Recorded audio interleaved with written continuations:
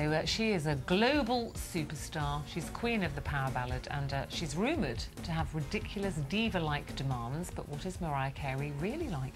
Well, I found out. I went to meet her last Friday. She was very, very nice. Have a look, yeah.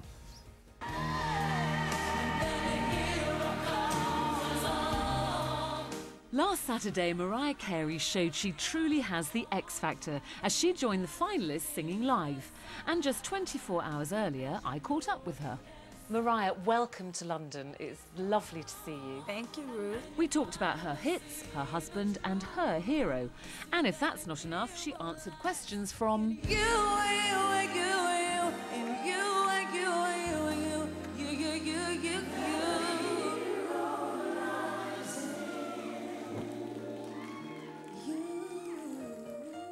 You just flew in yesterday. Yes. And they've got this piece in the paper today saying Mariah flies in for a 3-day trip, bringing 27 items of luggage. And I thought, that's my girl. My husband complains everywhere I go I can take 20 bags. So tell me, 27 pieces of luggage, are they all yours and what's in them? Those aren't even my bags. Well, none of them are yours. No, I think they just took a picture of the bags that were with us. Maybe some of that might be my Have a look. Is yours in there? managers. Is yours in there anywhere? No, I can tell just from looking here. Nope, not mine. No, none of yours. So how many bags did you have then? I don't know.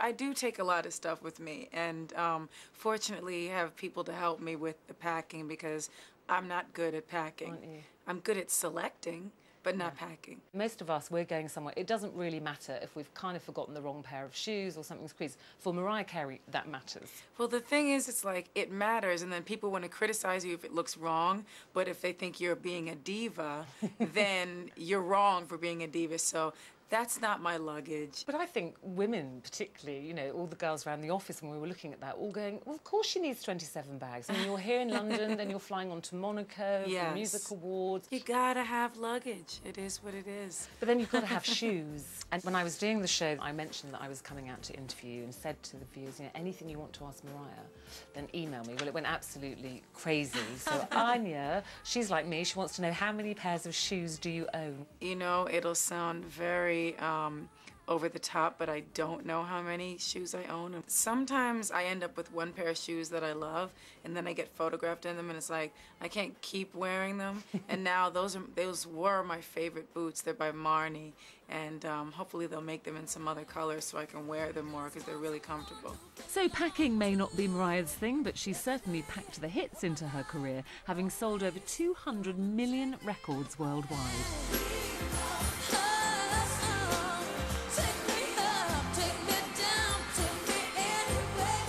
But Mariah hasn't just been singing about dream lovers, she's got one. As earlier this year, she married rapper and actor Nick Cannon after a rumoured 7-week courtship. Your romance was whirlwind and you were together and engaged very quickly. So I wanted to ask you, was it love at first sight? Do you believe in love at first sight? You know, was it eyes across a room? What was it about him that just clicked? Well, we met each other first in 2005 on a couple of award shows, and we had that thing where you look at somebody and you talk to them for 2 seconds, and then you're like, what was that? That was interesting. I don't, know what that was, but I liked it. A little flutter. Yeah, yeah, I do believe in love at first sight. I had a vision of love, and it was all that you've given to me.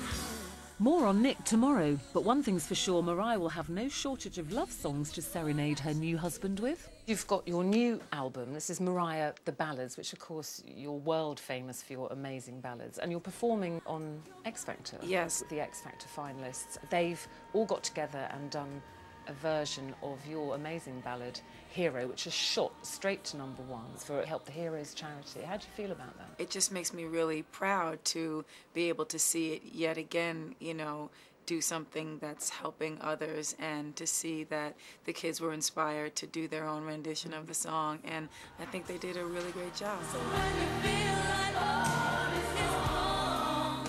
Every week for them must be so nerve-wracking. In the early days, did you ever get really bad nerves? Yeah, I was really nervous when I first started, and it was just, I had to just stand there and focus on trying to sing.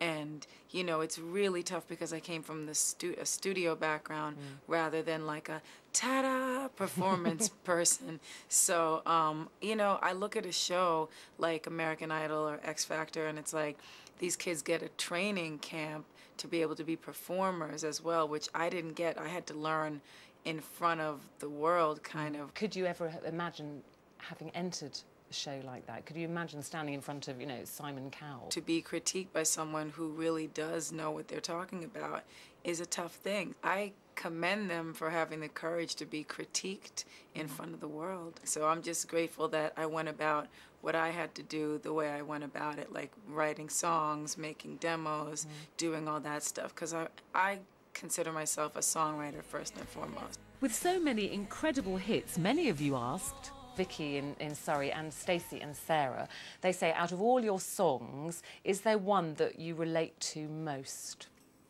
There's a song called Close My Eyes that is really kind of like my life story up to a point, and I wrote it over a 4-year time period, and it's something that I definitely relate to, and a lot of people who had difficult childhoods tell me that they relate to. I would have to choose that one. It's tough to choose them because as a writer, they're your babies, but... You love them all, really. Yeah. And her babies have done her proud, earning her 18 US #1s, overtaking even the king himself, Elvis Presley, and leaving only the Beatles ahead of her with 20. But Mariah is still writing and recording. How does that writing process work for you? Do you wake up in the night and hear something and you're writing, or do you sit down and work hard at it? Both. Sometimes I'll wake up in the middle of the night and have an idea and have to go record it really quickly before I forget it. Sometimes someone will have an idea and say, well, there's this movie called Hero about this guy who, it was this Dustin Hoffman movie, and I took a walk to the loo and I came back and I had the outline for the song. And so that's one of those blessings that comes to you where it kind of all comes together really quickly. And talking of Hero, it's been reported that Hero was the song played by Michelle Obama to help inspire her husband to change history. Now, a very exciting time, obviously, in America, because you have your new president, Barack Obama. Yes. What do you think about that? I mean, I'm ecstatic. When my parents first got married, I'm the youngest of 3, so when my parents were first married as an interracial couple, a biracial couple, it was illegal for them to be together in a lot of states. So I just feel like we've come so far as a nation. I always said it was going to happen, but I don't know if I really believed that it would happen. And the great thing is he's such an amazing, he's the right person for the job. And I think that everyone's going to change the way they feel about America with Barack Obama in office. And we hope that you'll set a precedent by watching part 2 of my exclusive Mariah Carey interview tomorrow. You'll be watching, won't you, Mariah? Yes, I will. She is... I hope she will. She's economical of movement, isn't she? Well, she's like a swan. She doesn't kind waste of any glides. energy No. at all. She just, not even... She did.